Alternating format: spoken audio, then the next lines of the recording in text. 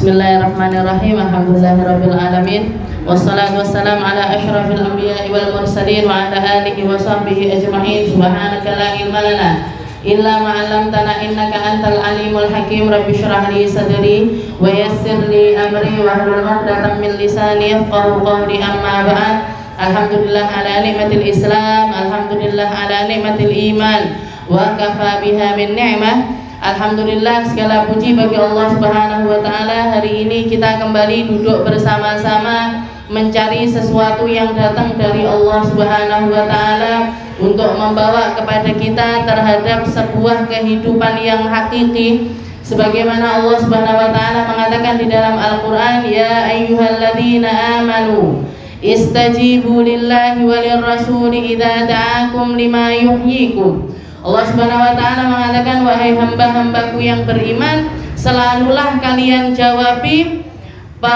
panggilan-panggilan dari Allah serta panggilan-panggilan dari Rasulullah sallallahu alaihi wasallam, alladzi da'akum lima yuhyikum, di mana panggilan Allah dan panggilannya Rasul ini selalu membawa kepada kalian untuk hidup sebenar-benarnya hidup, yang akan membuat kalian menjadi hamba-hamba Allah Ta'ala yang melek sebenar-benarnya melek, yang mendengar sebenar-benarnya mendengar, dan melangkah ke tempat-tempat yang benar. Itu yang diminta oleh Allah Subhanahu wa taala, itu yang dipanggilkan oleh Allah serta Rasulnya untuk kita masuk di dalam golongan hamba-hamba yang pikiran serta jiwa dan raganya itu selalu dan selalu mencari kehidupan yang nyata, bukan kehidupan yang sementara ataupun kehidupan yang fana, tapi yang dicari adalah kehidupan yang indah di sisi Allah Subhanahu wa taala.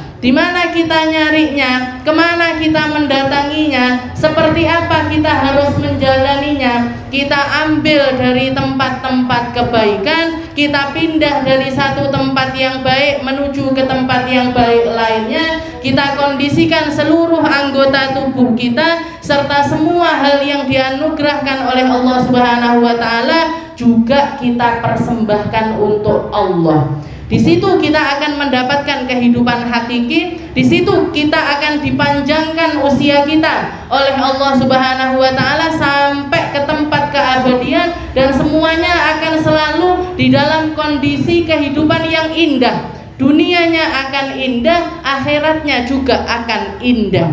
Ketika seseorang ngerti dan paham dengan hakikat pengutusan Nabi kita Nabi Muhammad Sallallahu Alaihi Wasallam. Oleh karena itu, sebagaimana sekarang hari ini kita melihat, semoga Allah Ta'ala nanti juga akan selalu melihat kita. Sebagaimana sekarang ini kita meluangkan waktu kita, semoga Allah Subhanahu wa taala juga memberikan waktu-waktu yang indah di alam dunia sampai alam akhirat nanti. Dan sebagaimana kita sekarang ini mendengar, memperhatikan, berpikir dan mencari tahu dengan serius, semoga Allah Subhanahu wa taala nanti di akhirat tidak melupakan kebaikan kita, tidak melupakan pekerjaan kita, tidak melupakan ibadah-ibadah kita, tidak melupakan pengorbanan-pengorbanan kita. Allah Ta'ala mau menerimanya, Allah Ta'ala berkenan untuk mengambilnya, Allah Ta'ala berkenan untuk mengangkatnya, sehingga kita semuanya masuk di dalam golongan hamba-hamba yang selamat.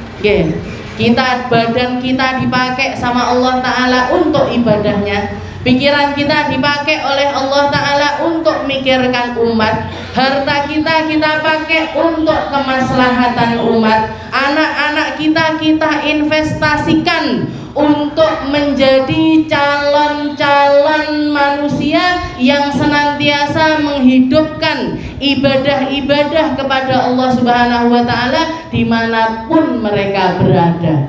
Anaknya jenengan, cucunya jenengan, cicitnya jenengan, semoga semuanya jadi hamba-hamba ahli salat, hamba-hamba ahli puasa, hamba-hamba ahli ilmu, hamba-hamba yang paham dan mengerti hakikat dihidupkannya mereka di atas bumi ini, sehingga dimanapun mereka berada, dimanapun mereka akan ditempatkan oleh Allah Subhanahu wa Ta'ala, mereka akan selalu membawa kebaikan. Mereka akan selalu menjadi duta-dutanya Nabi Muhammad sallallahu alaihi wasallam, yang mengiklankan Islam lewat lisannya, yang mengiklankan Islam lewat akhlaknya, yang mengiklankan Islam lewat karya-karya mereka, yang mengiklankan Islam dengan dohir dan batin mereka. Semoga itu adalah anak cucu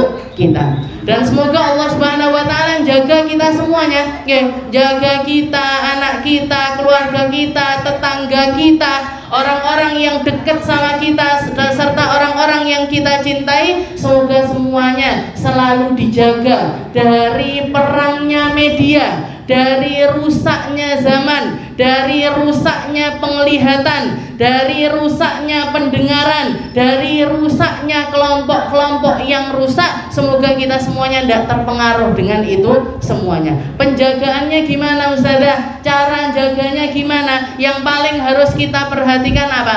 Akidah. Akidah.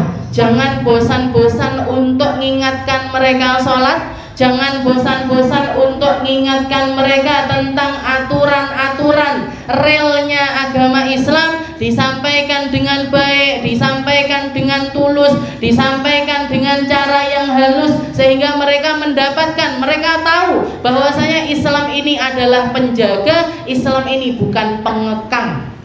Islam ini bukan borgol, tapi Islam ini adalah penuntun, penuntun kita yang akan membuat kita semua yang menjadi amal kita atau setiap detik dari waktu-waktu yang kita lalui menjadi penuh makna ketika kita memasukkan Islam di dalamnya. Dan kebetulan nanti bulan Januari ini saya insya Allah mendatangkan salah seorang teman, dulu teman ketika di Hadramut, saya belum pernah juga mendengarkan ceramahnya beliau seperti apa, belum pernah duduk ngaji di depannya beliau, karena biasanya kita makan bareng, ngobrol bareng, bikin event bareng dan lain sebagainya. Setelah pulang saya lihat kok dakwahnya beliau ini berkembang sampai di Malaysia, sampai di Singapura, bahkan sampai di tempat-tempat yang istilahnya berarti kan diterima. Ini sekarang beliau lagi safari dakwah juga di Madura. Berapa hari, sekian hari di Madura. Nah, maka saya nggak mau ketinggalan juga, mumpung orang deket, orang Bangil sini, nggak jauh-jauh kayak Ustazah Halimah Jakarta mboten, tapi beliaunya dari Bangil sini. Kita pengen agar dakwah di Tulungagung ini semakin berwarna, biar ada coraknya, nggak panggah Ustazah Aminah terus jenengan neng di panggang ngerungokne saya, makanya saya sampai sering kali ngomong sampai jangan bosen-bosen Bu, kalau ritmenya sama, kalau nadanya sama, kalau jalan ceritanya itu sama. Saya pengen dapat warna lain, biar kita juga ada pandangan, dakwah tidak melulu seperti ini, ada yang model begini, ada yang model begini, ada yang model begini dan lain sebagainya. Bahkan saya banyak terinspirasi dari teman-teman, teman-teman pegiat-pegiat dakwah dimanapun mereka, itu banyak diantara mereka yang bikin dakwah-dakwah kreatif, kayak teman-teman Surabaya atau teman-teman Malang itu setiap liburan akhir tahun seperti ini bikin yang namanya sanlat. Pesantren kilat, pesantren kilat. Kalau Surabaya, Malang itu biasanya namanya itu karimah, pakai karimah.id. Kalau jenengan mau browsing itu liburan seperti ini biasanya mereka bikin event seminggu atau 5 hari, ditargetkan kepada anak-anak remaja yang belum ngerasakan atau belum pernah merasakan pesantren itu seperti apa, kehidupan nyantren itu gimana, orang tuanya juga orang tua yang belum tatak anaknya masuk pesantren, kan ada anak pesantren itu kan dari dua sisi, kadang anaknya mau, orang tuanya yang tidak mau, kadang orang tuanya mau, anaknya yang tidak mau. Orang baru anak bisa masuk ke dalam pesantren, ini berarti mereka siap dua-duanya dari dua sisi, orang tuanya siap, anaknya juga siap.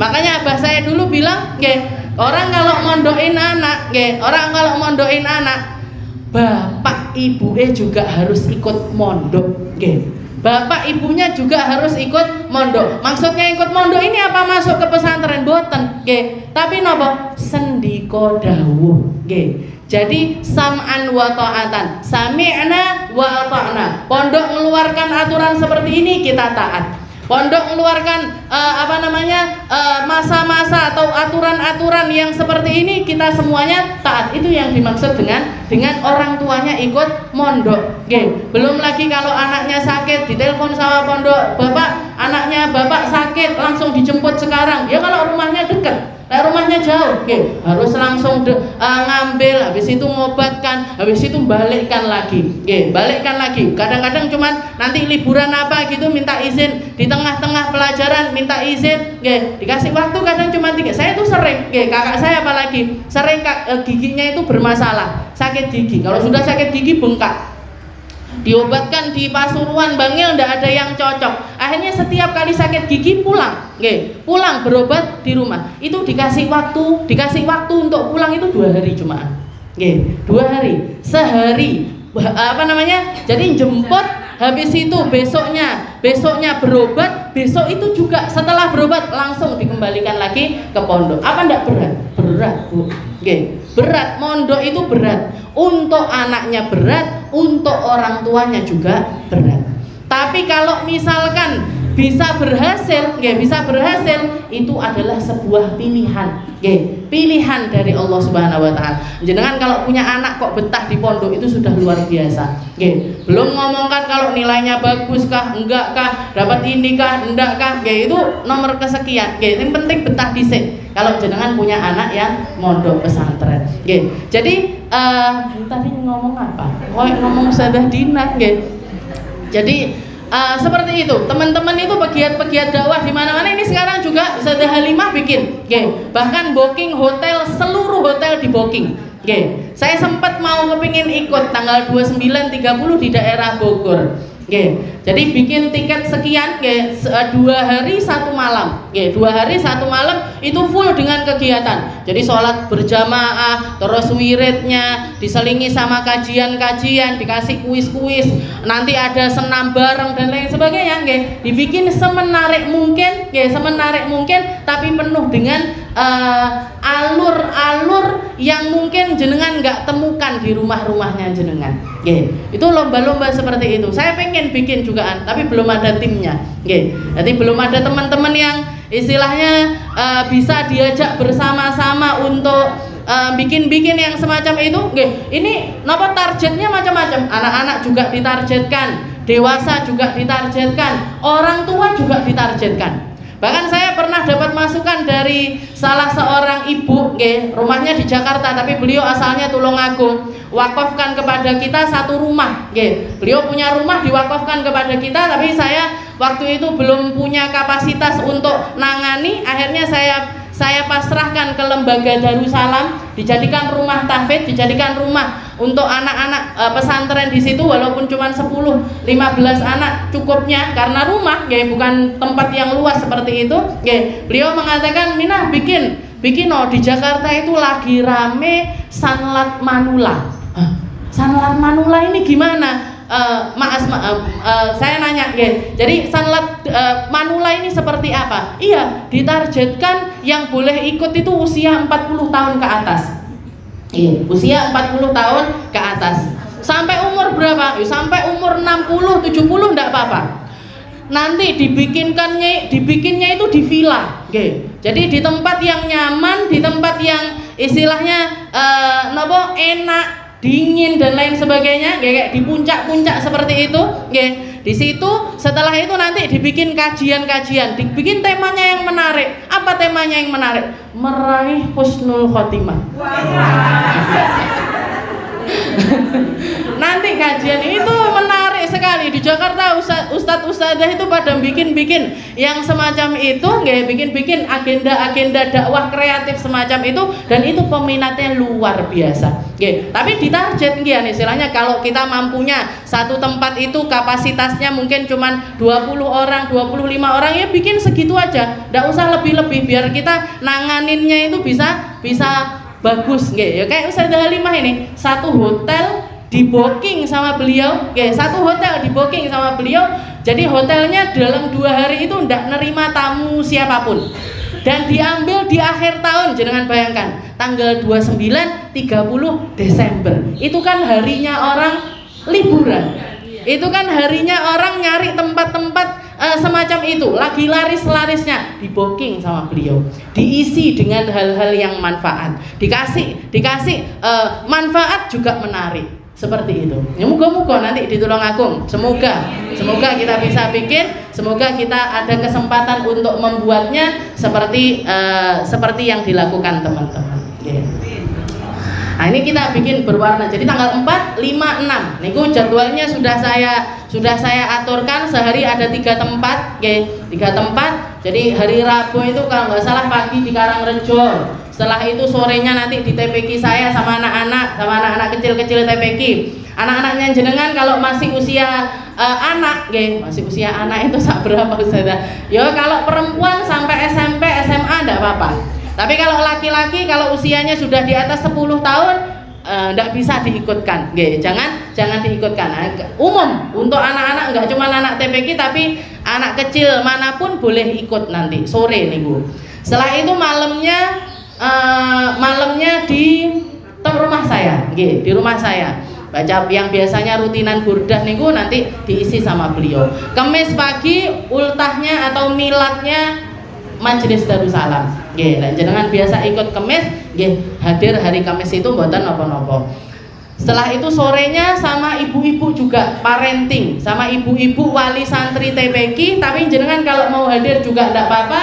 Di situ kajiannya khusus bahas tentang parenting, parenting ala Rasul lah istilahnya. Parenting yang dilakukan sama Nabi Muhammad serta orang-orang yang ikuti jalannya Nabi Muhammad. Niku hari Kamis. Kamis malamnya di pelosok kandang di tempatnya Pak Matori, di UIN niku agak terus dikit. Setelah itu ada Indomaret, belok masuk situ. Monggo kalau mau meramaikan di situ. Jumatnya siang di Kampung Dalem di Majelis Dalail Khairat punyanya nenek saya, di situ. Setelah itu sorenya di An-Najah, malamnya di Al-Wasilah di Karangrejo. Monggo jenengan pilih mana yang bisa dihadiri silahkan. Mau hadir semua boleh Ustazah? Silahkan. Silahkan kalau mau hadir semuanya. Saya insya Allah hadir semuanya insya Allah. Jadi seperti itu. Kok mati terus kenapa? Mas nak apa-apa. Tapi kayaknya kerekam kok. Soalnya sudah saya catat. Kita lanjutkan pembahasan kita di dalam keluarga sakinah. Biar cepat khatam. Biar kalau di sini tinggal. Enggak tinggal ternyata, masih banyak ternyata juga kan. Betul apa-apa kita dengah-dengah lah. Mugi-mugi targetnya Ramadan lah, insya Allah selesai. Ramadan mugi-mugi selesai. Tapi harus ngebut berarti. Kita lanjutkan pembahasan kita di dalam keluarga sakinah. Qala al-mu'allif rahimahullahu ta'ala wa nafa'ana bihi wa bi'ulumihi fid dharain amin. Wa qala Rasulullah sallallahu alaihi wasallam la an tusalliyal mar'atu fi baitiha khairun laha min an tusalliya fi hujratiha wa la an tusalliya fi hujratiha khairun laha min an tusalliya fid dar wa la an tusalliya fid dari khairun laha min an tusalliya fil masjid. Rawahul Baihaqi an Aisyah. Ada salah. Jadi kita minggu lalu atau 2 minggu yang lalu kita bahas tentang tentang seperti apa sholatnya seorang perempuan ketika mereka ingin sholat berjamaah di masjid. Sebagaimana yang kita ketahui, sholat berjamaah itu untuk para laki-laki hukumnya adalah fardu kifayah. Hukumnya wajib kifayah. Wajib kifayah itu gimana? Kalau ada sekelompok orang yang sudah melaksanakannya, maka gugur kewajiban bagi yang lainnya. Tapi kalau sampai satu tempat itu tadi tidak diadakan sholat jamaah sama sekali, atau ada masjid imamnya ada, makmumnya tidak enek sama sekali, maka seluruh laki-laki, semua orang, nggak laki-laki nggak perempuan di tempat tersebut semuanya kena imbas dosanya. Semuanya kena imbas dosanya. Jadi itu yang namanya fardu kifayah. Fardu kifayah. Kalau sudah ada yang melakukan, gugur bagi yang lainnya. Kalau tidak ada yang melakukan, maka dosa semuanya, semua orang yang ada di tempat tersebut. Akan tetapi kalau untuk perempuan hukumnya adalah sunnah. Hukumnya adalah sunnah. Sunnahnya ini pun dengan 2 syarat.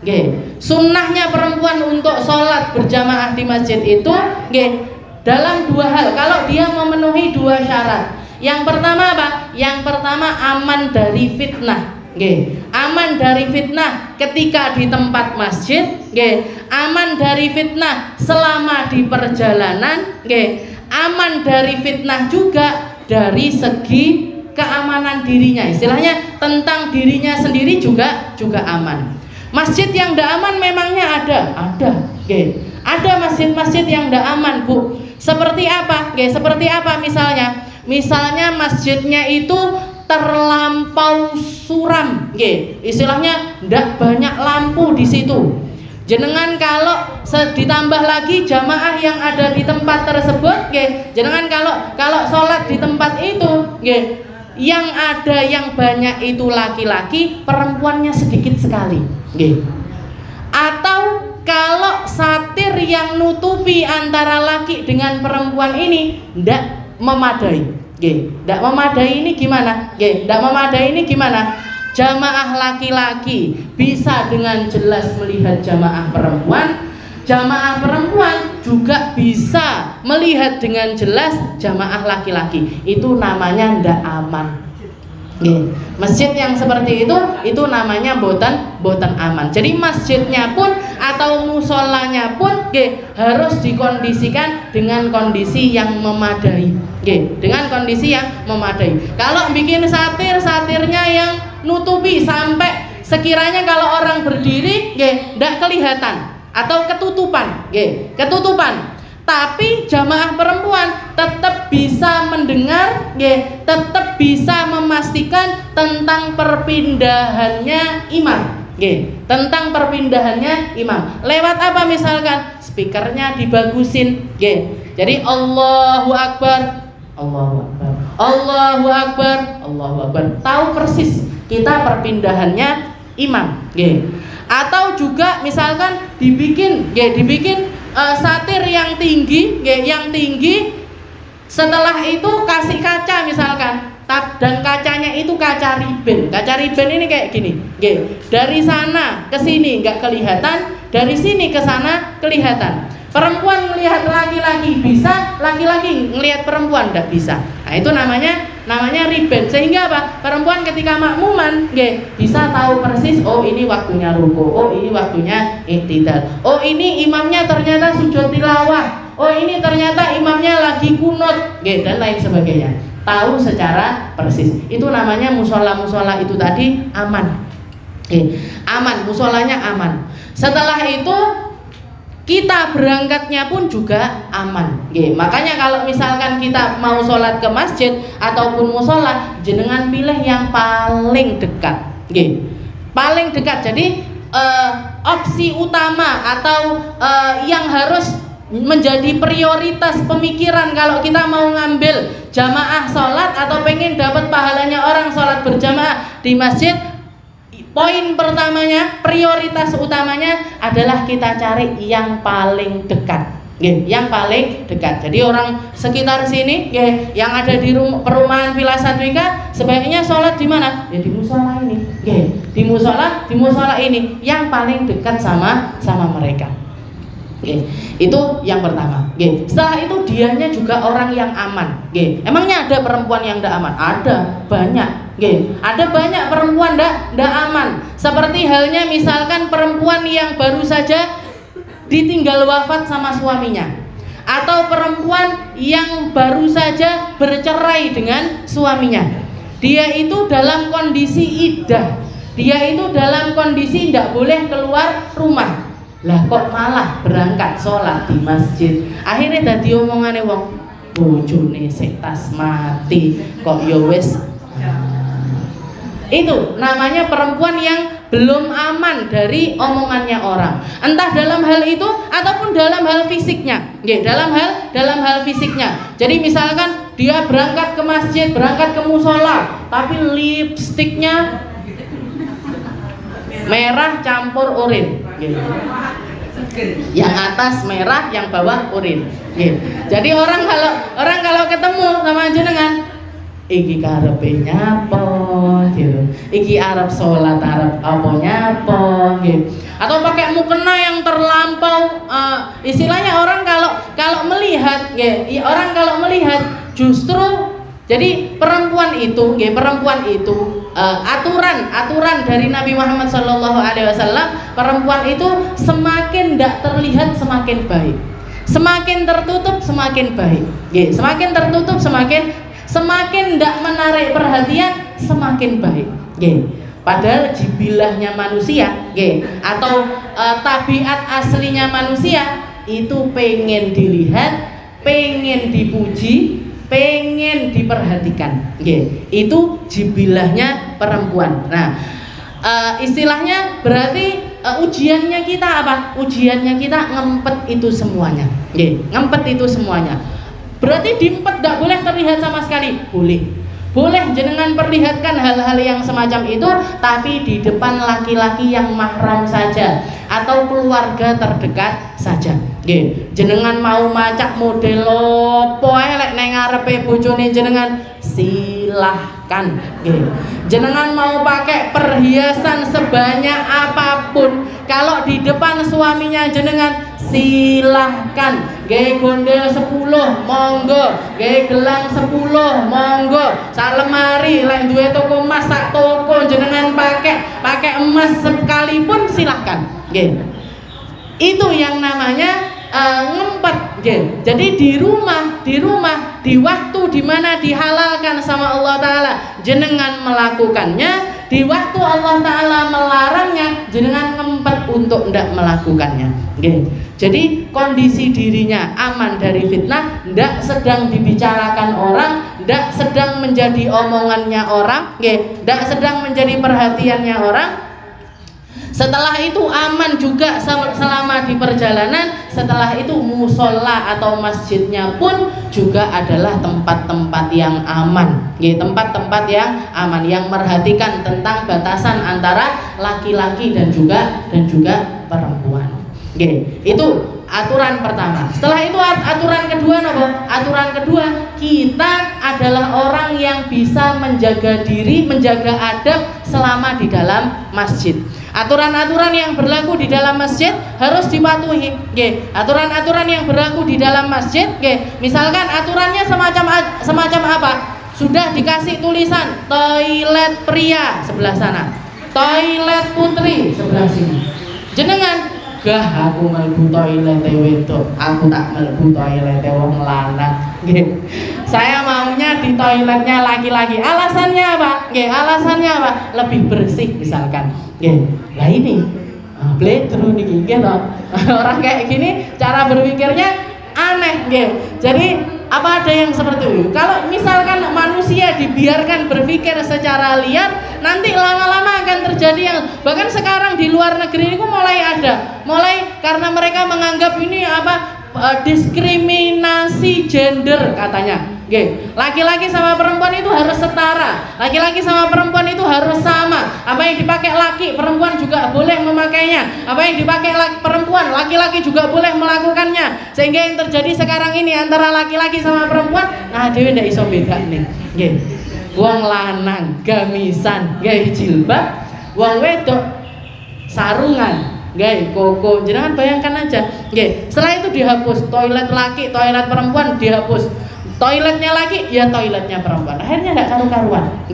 Jadi semuanya, istilahnya pikirannya manusia kalau dibiarkan berimajinasi, dibiarkan berpikir yang ini tanpa batas dan lain sebagainya, akhirnya nggak karu-karuan, akhirnya hilang semua hal yang menjadi keteraturannya manusia itu sendiri. Yang menjadi keteraturan kehidupan manusia itu hilang dengan sendirinya, punah dengan sendirinya. Kalau kita lihat negara-negara maju, saya bukan orang yang ahli di bidangnya, tapi juga sempat ngelihat riset-riset dan lain sebagainya. Sekarang salah satu hal yang menjadi problemnya negara-negara yang dikatakan negara maju, niku adalah populasi yang semakin menurun. Jadi karena apa? Karena anak muda zaman sekarang penyakitnya yang pertama tidak mau nikah. Yang kedua, kalaupun nikah mereka memilih untuk tidak punya anak. Memilih untuk tidak punya anak. Yang ketiga, maraknya penyelewengan seksual.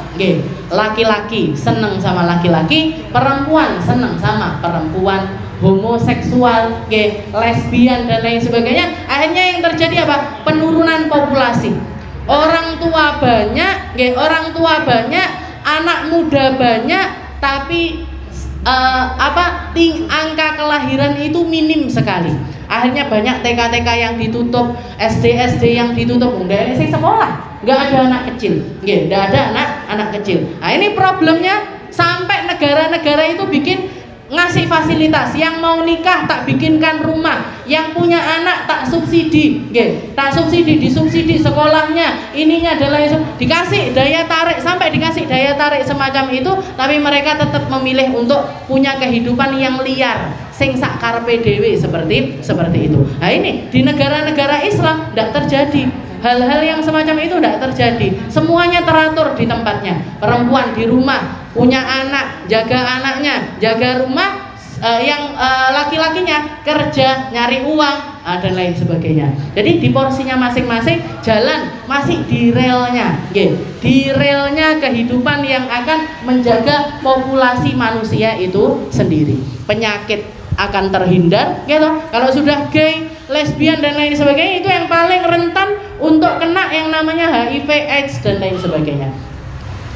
Jadi itu kodratnya seorang perempuan gini. Jadi dua syaratnya, aman dari fitnah. Itu aman dari fitnah itu dirinya aman, tempatnya yang dipakai sholat juga aman, setelah itu perjalanannya juga aman. Dan yang kedua, kita adalah orang yang mampu bisa jaga adab selama kita berada di dalam masjid, selama kita sholat berjamaah di situ. Setelah itu di sini, di dalam hadis ini Nabi Muhammad SAW mengatakan, di dalam hadis yang diriwayatkan oleh Sayyidah Aisyah, beliau mengatakan, la antusalliyal mar'ah fi baitiha khairul laha min antusalliya fi hujratiha. Sungguh sholatnya perempuan di tempat terpencil di rumahnya, itu lebih baik ketimbang di tempat yang lebih terbuka di rumahnya. Bahkan kalau jenengan merhatikan, sholat berjamaahnya perempuan sama sholat berjamaahnya laki-laki, jadi kalau ada perempuan-perempuan, sekelompok perempuan memilih untuk melaksanakan sholat berjamaah, cara penempatannya pun berbeda dengan laki-laki. Laki-laki, kalau laki-laki ini misalkan imamnya, ini imamnya, makmumnya kan di belakang sini, makmum sini, seret sampai ini shaf pertama. Tapi kalau perempuan nggak seperti ini, Bu, makmumannya, imamnya di sini, makmumnya di sebelah sini, sebelah sini kanan, sebelah sini kiri, sebelah sini. Jadi antara makmum sama imam itu jaraknya cuma sedikit sekali. Kenapa kok seperti itu? Untuk lebih membuat perempuan ini tertutup meskipun mereka berjejer-jejer. Jadi imamnya ini tidak nampak jelas, makmumnya juga tidak nampak jelas, karena yang di shaf pertama akan ketutupan dengan shaf yang kedua, shaf kedua ketutupan sama shaf ketiga terus seperti itu. Gak ada yang menonjol ketika perempuan itu menjalani sholat berjamaah sekalipun. Jadi bukan imamnya di depan, makmumnya di belakang seperti ini, mboten. Laki-laki ya seperti ini. Kalau makmumnya cuma dua, satu sebelah kanan, satu sebelah kiri. Tapi begitu makmumnya tiga-tiganya harus mundur ke belakang. Imamnya yang maju atau makmumnya yang mundur ke belakang. Itu aturannya Islam. Jadi kata Sayyidah Aisyah, katanya Nabi Muhammad lewat lisannya Sayyidah Aisyah, kalau perempuan sholat di tempat paling terpencil di rumahnya itu lebih baik ketimbang di tempat yang terbuka. Wala antusalliya fi hujratiha khairun laha min antusalliya fid dar. Kalau ada tempat yang lebih, jadi kayak gini misalkan, jenengan punya kamar, di kamar itu jenengan ada lemari, jenengan sholat di belakang lemari itu lebih baik ketimbang di tengah kamar. Jenengan sholat di tengah kamar itu lebih baik ketimbang jenengan sholat di ruang tengah. Jenengan sholat di ruang tengah itu lebih baik ketimbang jenengan sholat di ruang tamu. Jenengan sholat di ruang tamu lebih baik ketimbang sholat di musola terdekat di rumah jenengan. Musola rumah dekat rumah jenengan lebih baik ketimbang musola yang lebih jauh. Ketimbang musola yang lebih jauh. Itu yang diajarkan oleh Nabi Muhammad SAW untuk memotivasi para perempuan untuk lebih menjaga diri. Wa qala sallallahu alaihi wasallam, Nabi Muhammad juga mengatakan salatul mar'ah fi baitiha afdal min salatiha fi hujratiha wa salatuha fi makhdaiha ay khizanatuha allati fi aqsa baitiha afdal min salatiha fi baitiha salatiha fi kulli makanin akhfa. Nah, ini masih semakna dengan hal tersebut. Bahkan di dalam riwayat yang lain Nabi Muhammad mengatakan salatul mar'ah wahdaha tafdul ala salatiha fil jama'. Ai jam'ur rija bi khamsi wa ishrina darajah. Salatnya perempuan sendiri di rumahnya pahalanya 20 kali lipat, 25 derajat dibandingkan kalau dia salat secara berjamaah.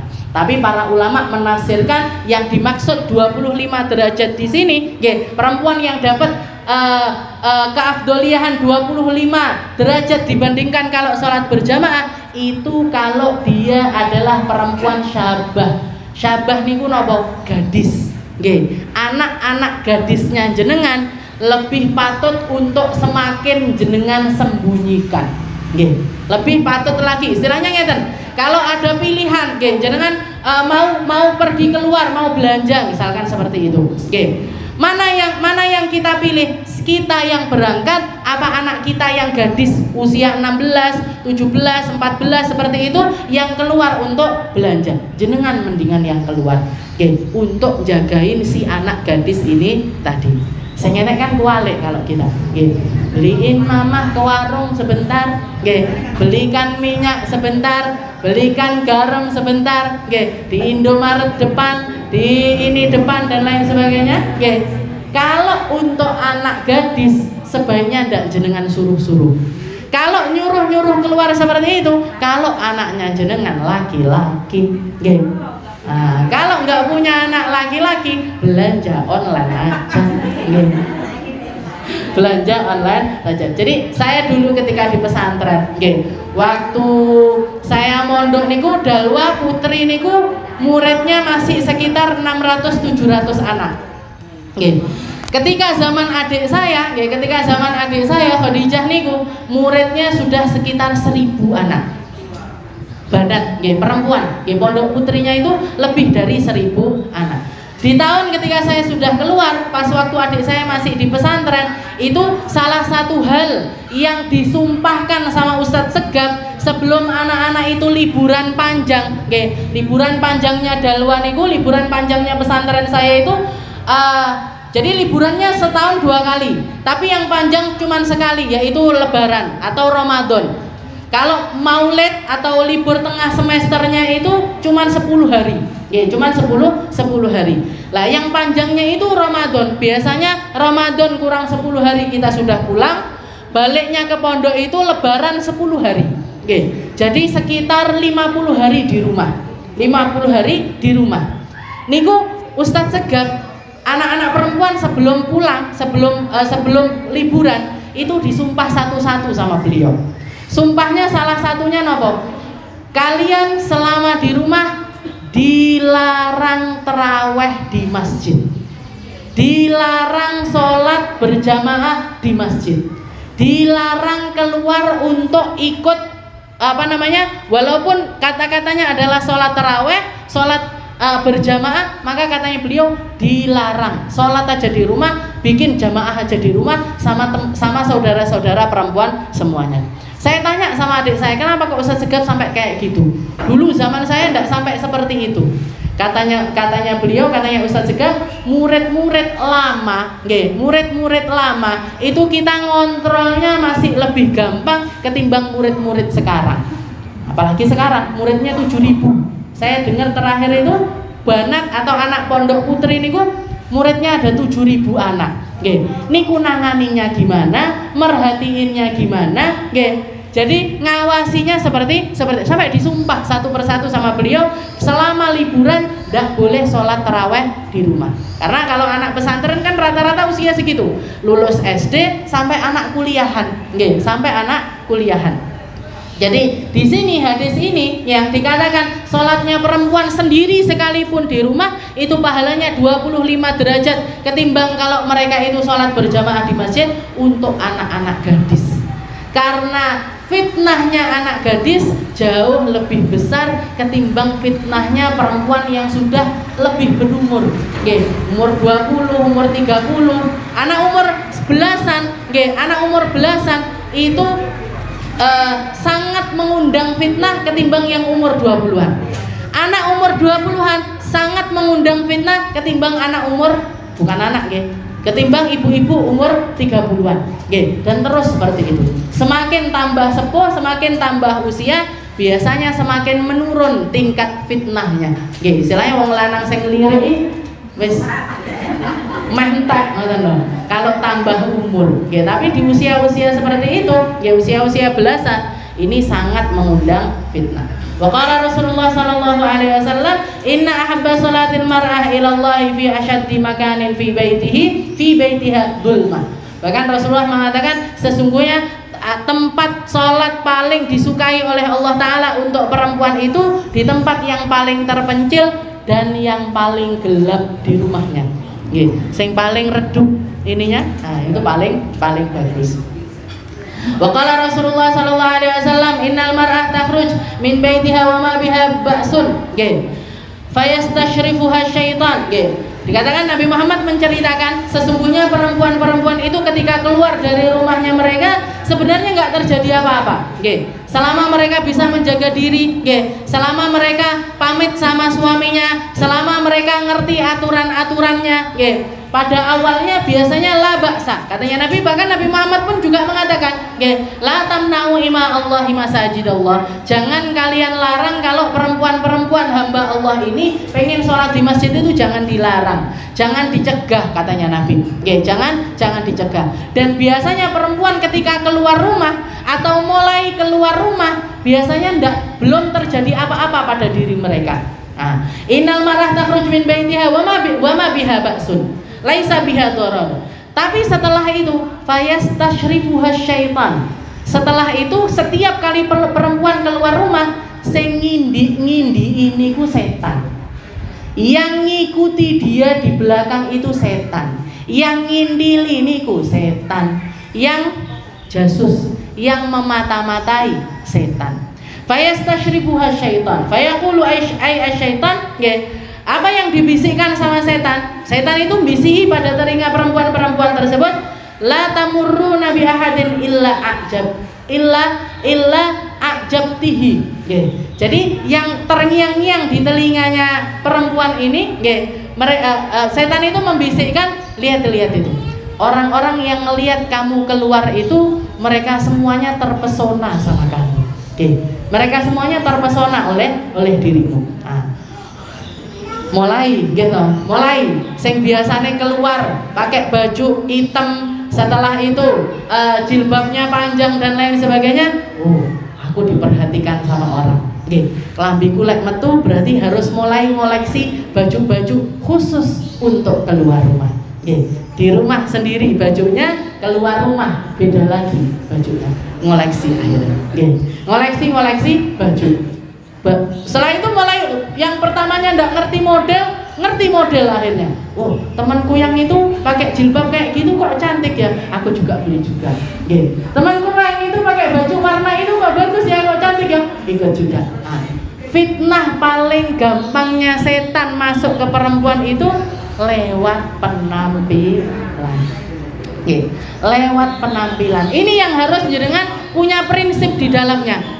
Prinsip itu apa ndak boleh pakai baju indah, apa ndak boleh? Boleh, silahkan. Apa ndak boleh seragaman seragaman jenengan jamaahan terus seragaman seperti itu apa ndak boleh? Boleh, tapi niatnya harus diluruskan, Bu. Nggih. Cara pandangnya harus diluruskan. Saya pakai baju bagus, saya pakai baju mahal, saya pakai baju indah, bukan untuk ngarik pandangannya orang, bukan untuk dilihat sama orang, bukan untuk bikin orang-orang terpesona tentang saya, nggih. Jadi judulnya bukan saya, nggih. Judulnya bukan aku, judulnya bukan diri kita, tapi niatnya untuk syiar agamanya Allah Subhanahu wa Ta'ala. Kalau orang-orang non-muslim bisa pakai baju indah-indah, kenapa saya enggak pakai baju indah?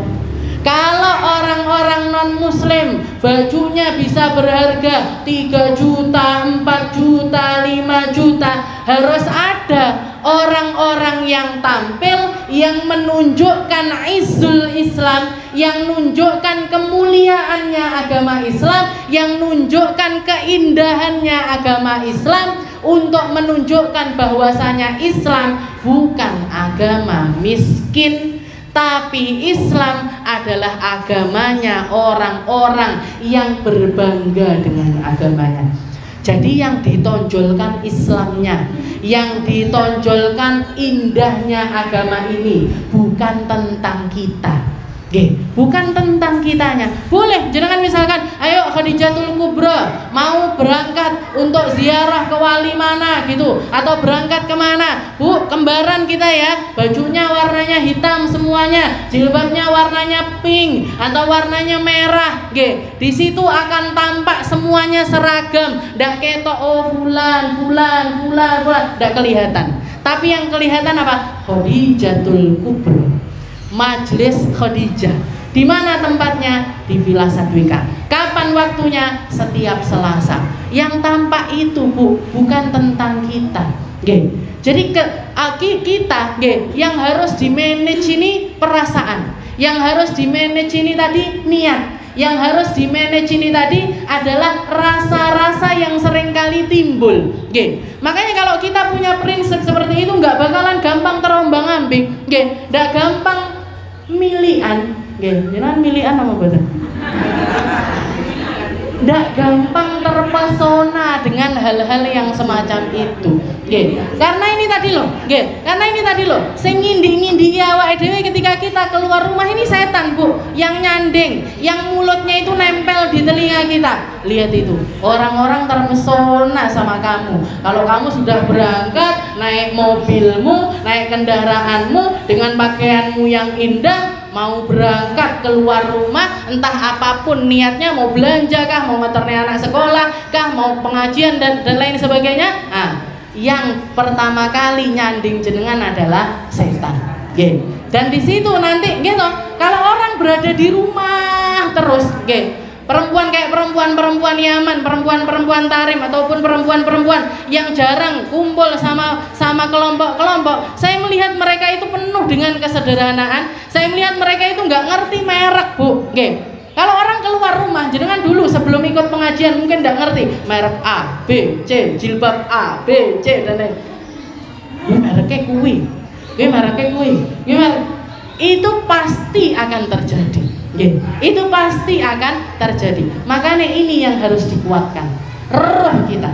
Roh kita apa? Tujuan saya pakai jilbab ini apa? Tujuan saya pakai baju ini apa? Tujuan saya pakai kendaraan ini apa? Tujuan saya ketika naik ke kendaraan saya yang indah ini apa? Yang kita tonjolkan adalah izzul Islam. Ini loh orang Islam. Ini loh orang yang bermartabat. Ini loh saya yang berbangga dengan keislaman saya. Saya yang mengenakan atribut keislaman saya mulai dari ujung kepala saya sampai ujung kaki saya. Sambil terus minta tolong sama Allah Ta'ala, ya Allah, kalau saya belum tulus, jenengan tuluskan. Kalau saya belum ikhlas, jenengan ikhlaskan. Kalau saya belum jadi orang-orang yang mampu meluruskan niat, jenengan bantu saya untuk meluruskan. Jenengan bantu saya untuk memanage rasa-rasa ini agar jangan sampai ngikuti ajaannya setan, agar jangan sampai dinodai dengan kata-katanya setan. Karena itu pasti yang pertama adalah tentang penampilan. Setelah itu ditambah lagi sama Nabi Muhammad, latal basu thiyabaha fayaqulu ahluha. Ketika dia pakai baju indah, dikomentari suaminya, dikomentari sama pasangannya. Tanya suaminya, "Mah, mau kemana lo? Kok cantik banget? Biasanya di rumah nggak secantik ini. Biasanya di rumah nggak sedandan ini. Biasanya di rumah lipstiknya nggak kayak gitu. Kok mau keluar kok kayak gitu? Mau kemana sih? Mau kemana?" Ditanya sama suaminya, "Fayaqulu ahlu aina turidin?" Kamu mau kemana? Fatakul. Maka perempuan itu mengatakan, "A'udzu maridun." Oh ya, saya janjian sama teman-teman mau jenguk orang sakit. Saya janjian sama teman-teman mau takziah bersama-sama. Saya janjian sama teman-teman untuk sholat berjamaah di masjid. Saya janjian sama teman-teman untuk datang kajian. Saya janjian sama teman-teman untuk ngaji sama ustadz ini, sama ustadzah ini, sama ini dan lain sebagainya. Ini jenengan banget mboten? Jenengan banget gitu. Saya juga seperti itu. Mau kemana? Hari ini mau kemana? Oh, hari ini jadwalnya ke villa. Besok jadwalnya ke Darussalam. Besok jadwalnya ke sini, ke situ dan lain sebagainya. Suami kalau nanya kita jawabnya seperti itu. Sekarang perlu kita perhatikan lagi. Apakah ketika kita jawab yang semacam itu memang tujuan kita benar-benar hanya untuk itu? Benar-benar untuk itu. Jenengan kalau datang pengajian, apa setelah pulang dari pengajian langsung pulang? Apa ngelencer dhisik nggih. Bakso ustazah bisa. Ada kafe baru bisa. Ada toko baju baru bisa nggih. Akean mampire, lamaan mampire, banyakan ngobrolnya, apa banyakan tujuan utama kita? Apa banyakan tujuan utama kita? Wes kena aku.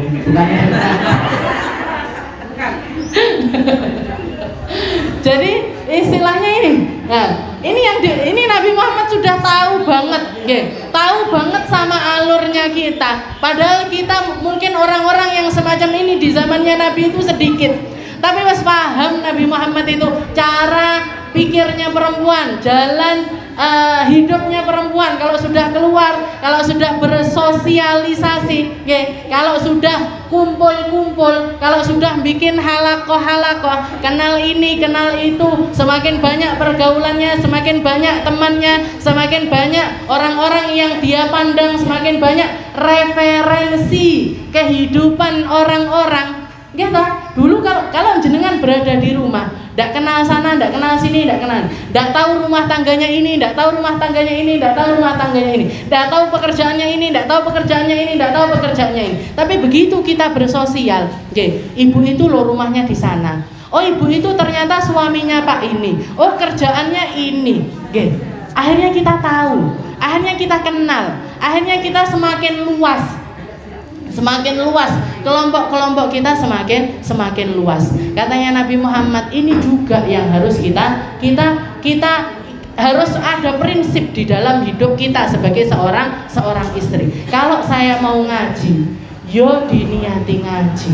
Yang lainnya jadi nomor 2, 3, 4, 5, 6. Kalau ndak urgent banget, kalau ndak urgent sekali, ndak diparani, istilahnya seperti itu. Prioritasnya kalau misalkan kita izin sama suami, mau kemana hari ini mah? Mau mengunjungi teman yang sakit, ya sudah. Jenengan mengunjungi teman yang sakit, misalkan mampir pun untuk belanja, saya mau bawa buah, saya mau bawa bubur, saya mau bawa apa makanan yang sehat untuk jenguk teman saya. yang sakit. Setelah jenguk teman sakit, adabnya jenguk teman sakit itu Bu, nggak lama-lama, jenengan cekel batuke. Setelah itu kita baca Allahumma rabban nas adhibil ba'as ishfi anta syafi wa'afi antal mu'afi la shifa illa shifa'uk shifaan la yughadiru saqaman wala alama. Setelah itu ditanya keadaannya gimana, sudah baik apa belum, ini itu 10 menit 15 menit telah lama-lamanya jenengan ndang mulai ndak terus bontrot ning gone rumah sakit. Ayo pecelan pisan, ayo sumpilan pisan. Kebetulan yang sakit teman akrabnya kita, jadi bar operasi apa bar kenapa gitu. Jadi dia sudah agak sehat tapi masih perlu istirahat di rumah sakit. Nunggu BDD, ada yang bawa minum, ada yang bawa bawa makanan dan lain sebagainya. Jelas di rumah sakit, sampai 1 jam 2 jam di rumah sakit. Lah ini bukan jenguk orang sakit tenanan Jadi setelah tampilan pakaian dan lain sebagainya, yang perlu kita perhatikan adalah komitmen kita sama suami. Kalau kita komitmennya jemput anak, jemput anak aja, setelah itu pulang. Kalau kita komitmennya kajian, ya kajian aja secukupnya, setelah itu pulang. Kalau misalkan kita komitmennya mau jenguk orang sakit ataupun takziah, ya sudah, sekedarnya, setelah itu pulang. Nggak perlu ngorek-ngorek kehidupannya orang, nggak perlu terlampau jauh berkenalan dengan seseorang, nggak perlu jenengan tahu satu persatu. Oh ibu ini anaknya sekian, sekolahnya sini. Oh ibu ini apalagi sampai oh ibu ini gajinya segini. Ibu ini kreditannya sama nih. Ibu ini utangnya di sini. Nggak perlu jenengan tahu, nggak perlu jenengan ngorek-ngorek hal-hal yang semacam itu. Nas'alullah as-salamah. Kita minta ampun sama Allah Ta'ala. Jadi di sini perempuan itu akan mengatakan a'udzu maridana wa asyhadu janazah usalliya fil masjid. Padahal katanya Nabi, wa ma abadatil mar'ah rabbaha mithla an ta'budahu fi baitiha. Kalau perempuan itu tahu sesuatu yang paling disenangi oleh Allah Ta'ala adalah ketika seorang perempuan itu fokus dengan ibadahnya dia di rumahnya. Di rumahnya itu yang paling disenangi sama Allah Ta'ala dari sekian banyak ibadahnya kita. Dari sekian banyaknya ibadahnya kita, dari jenguknya. Apa ndak boleh jenguk orang sakit? Boleh, tapi sekedarnya. Apa ndak boleh takziah? Boleh, pahalanya besar, tapi sekedarnya, sekedarnya saja. Dan jangan sampai kita sosial di luaran sana. Kita punya ibadah-ibadah macam-macam sosial di luar sana, sedekah Jum'ah kita ikut, kajian kita ikut, takziah iya, ngindangi orang sakit iya, semuanya ada.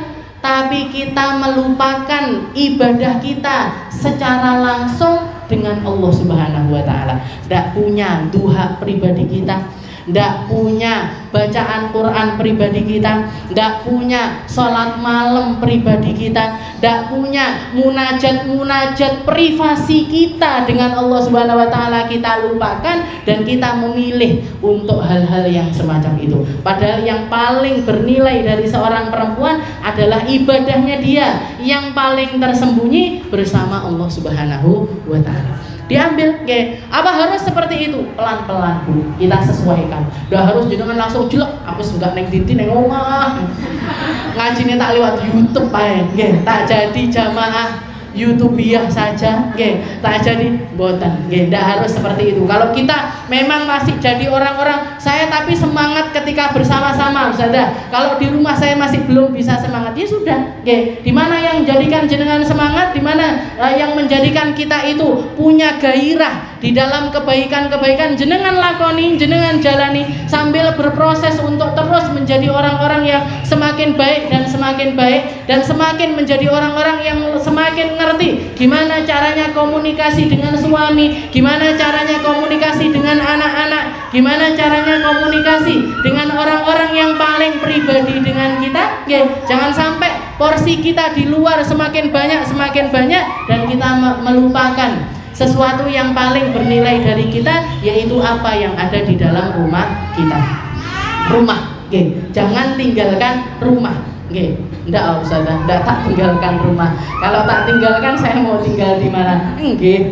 Tapi maksudnya itu dalam arti di mana rumah ini benar-benar jadi surga untuk kita, surga untuk anak kita, surga untuk suami kita, surga untuk siapapun yang tinggal di dalamnya. Kalau para ulama mengatakan baiti jannati, rumahku adalah surgaku, jenengan jadikan rumah jenengan seindah mungkin, selayaknya surga, dan penduduknya semuanya juga adalah para ahli surga.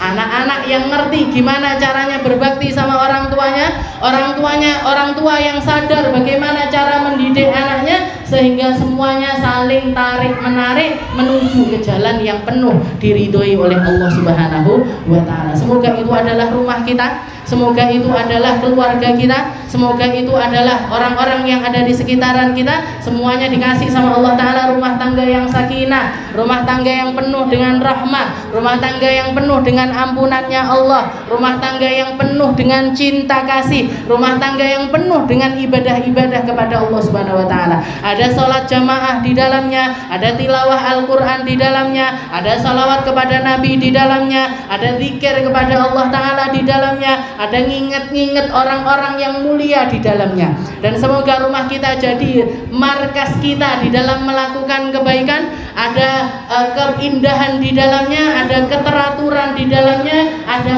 aturannya Allah taala di dalamnya, sehingga keluarga ini menjadi keluarga yang langgeng abadi sampai ke surganya Allah Subhanahu wa taala. Dan semoga keluarga-keluarga yang ada di sekitaran kita, di negeri kita, semuanya yang belum baik dibaikin sama Allah taala, yang belum ada ibadah dikasih anugerah ibadah di dalamnya, yang belum ada keindahan ala Nabi Muhammad dikasih keindahan ala Nabi Muhammad sallallahu alaihi wasallam di dalamnya, sehingga negeri ini, desa kita, kampung kita, negeri kita sampai ke tingkat nasional atau bahkan internasional, sampai bumi kita ini rumah tangganya dikasih sama Allah taala rumah tangga yang penuh dengan keindahan dari Allah Subhanahu wa taala. Ala hadhihi niyyah wa ala niyatin salihah wa ila hadratin Nabi Muhammad sallallahu alaihi wasallam bisirril Fatihah.